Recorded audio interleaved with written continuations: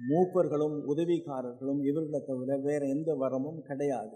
ஆகவே வேதம் முற்று பெற்றுச்சு. வேதம் முற்று பெற்றதுனால தீர்க்க தரிசனம், அற்புத அடையாளங்கள், அப்போஸ்தலர்கள் யாரும் இல்லாதனால, எல்லாம் வேதத்தோடு முற்று பெற்றதுனால, வேதம் முற்று பெற்று இயேசு கிறிஸ்து இந்த உலகத்தில் சிலுவையில் மரித்து அடக்கம் பண்ணப்பட்டு உயிர் தெழுந்ததுனாலையும், அவர் பரலோகத்துக்கு போனதுனாலையும், அவர் மறுபடியும் இந்த உலகத்துக்கு வரப்போகிறார் என்கிற செய்தியை தாண்டி எந்த ஒரு மனுஷனுக்கும் மீட்பின் செய்தி கிடையவே கிடையாது. ஒரு மனுஷனுடைய வாழ்க்கையில் அற்புதம் என்னன்னா இயேசு கிறிஸ்து. ஒரு மனுஷனுடைய மேன்மையான தீர்க்க தரிசனம் என்ன அப்படின்னு சொன்னால் இந்த வேதம். இந்த வேதத்தை தாண்டி நீ வேறு எதையும் சிந்திக்கக்கூடாது. நீ அற்புதம்னு சொன்னால் உன் வாழ்க்கையில் ரட்சிப்பை தாண்டி நீ வேறு எதையும் சிந்திக்கக்கூடாது. ஆக வேதம் முற்று பெற்றது. அப்போஸ்தலர்கள் முற்று பெற்று விட்டார்கள். தீர்க்க தரிசனங்கள் முற்று பெற்று விட்டன. அற்புத அடையாளங்கள் நின்று போயின. அந்நிய பாஷை ஒளிந்து போயின.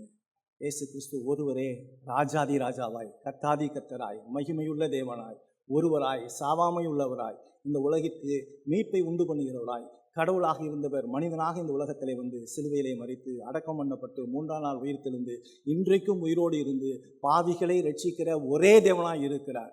அவருக்கே சதா காலங்களிலும் மகிமை உண்டாவதாக. ஆமென்.